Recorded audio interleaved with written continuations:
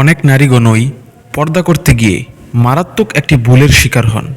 তারা তাদের চেহারা সহ পুরো শরীর ঢেকে রাখলেও তাদের হাত এবং পা ঢাকাকে জরুরি মনে করেন না, যার ফলে হাত ও পা খোলা রেখেই পরপুরুষের সামনে আসা যাওয়া করেন।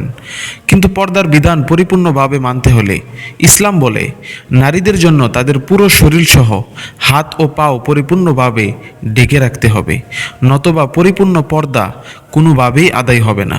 এ সম্পর্কে হজরত আবদুল্লাহ ইবনে মাসউদ থেকে বর্ণিত একটি হাদিসে নবী করিম সাল্লাল্লাহু আলাইহি ওয়াসাল্লাম বলেন, আল মারআতু আওরাহ ফাইদা খারাজাত ইস্তাশরাফাহা শাইতান। নারী জাতি হলো আপাদমস্তক সতর, যখন সে বের হয় তখনই শয়তান তাকে চমৎকৃত করে তোলে।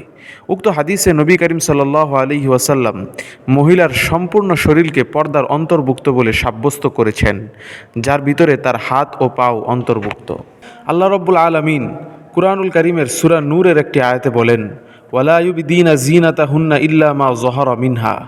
মহিলারা যেন তাদের সৌন্দর্য প্রকাশ না করে, তবে যে সৌন্দর্য তার অনিচ্ছাকৃতভাবে প্রকাশ পেয়ে যায় সেটা ভিন্ন কথা।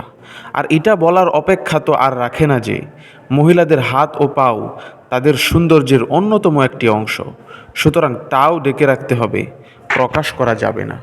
এমনিভাবে হজরতে আবদুল্লাহ ইবনে ওমর রাদিয়াল্লাহু তাআলা আনহু থেকে বর্ণিত অন্য একটি হাদিসে রয়েছে, قال رسول الله صلى الله عليه وسلم من جر ثوبه لم ينظر الله إليه يوم القيامة فقالت أم سلمة فكيف يصنعن النساء بذيولهن قال يرخين شبرا فقالت إذا تنكشف أقدامهن فقال يرخين ذراعا لا يزدن عليه।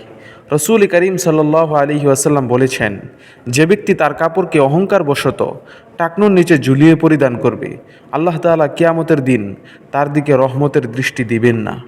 উক্ত হাদিস বর্ণনা করার পর হজরত উম্মে সালমা রাদিয়াল্লাহু আনহা নবীজিকে বলেন, তাহলে মহিলারা তাদের আঁচল কতটুকু ঝুলিয়ে রাখবে? তখন নবী করিম সাল্লাল্লাহু আলাইহি ওয়াসাল্লাম বললেন, তারা এক বিগত পরিমাণ ঝুলিয়ে রাখবে। প্রতি উত্তরে উম্মে সালমা রাদিয়াল্লাহু আনহা বলেন, তাহলে তো তাদের পা দেখা যাবে। তখন নবীজি বললেন, তাহলে এক হাত পরিমাণ ঝুলিয়ে রাখবে, এর চেয়ে বেশি নয়। উক্ত হাদিস দ্বারা স্পষ্টভাবে মহিলাদের পা পর্দার অন্তর্ভুক্ত হওয়ার বিষয়টি অনুধাবন করা যায়। এছাড়াও আরও একাধিক আয়াত, হাদিস ও সাহাবাগণের আমলের মাধ্যমে স্পষ্টভাবে বোঝা যায় যে নারীরা তাদের হাত এবং পা সহ সম্পূর্ণ শরীর ঢেকে রাখবে, এটাই তার জন্য ইসলামী বিধান। তাছাড়া নারীদেরকে পর্দার বিধান দেওয়ার উদ্দেশ্য হলো ফিতনাকে নির্মূল করা, আর হাত ও পা খোলা রাখা পর্দার উক্ত উদ্দেশ্য ও তাৎপর্যের সম্পূর্ণ পরিপন্থী।